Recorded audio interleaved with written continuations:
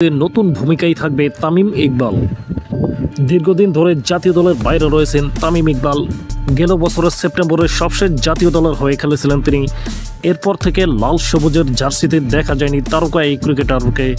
তবে তামিম ইকবাল আছেন জাতীয় দলে ফেরার অপেক্ষায়, কাজ করেছেন নিজেকে ফিরে পাওয়ার মিশনে। এরই মাঝে গুঞ্জন উঠেছে আসন্ন ভারতের বিপক্ষে সিরিজে ধারাভাষ্যকার হিসেবে দেখা যেতে পারে তামিম ইকবালকে।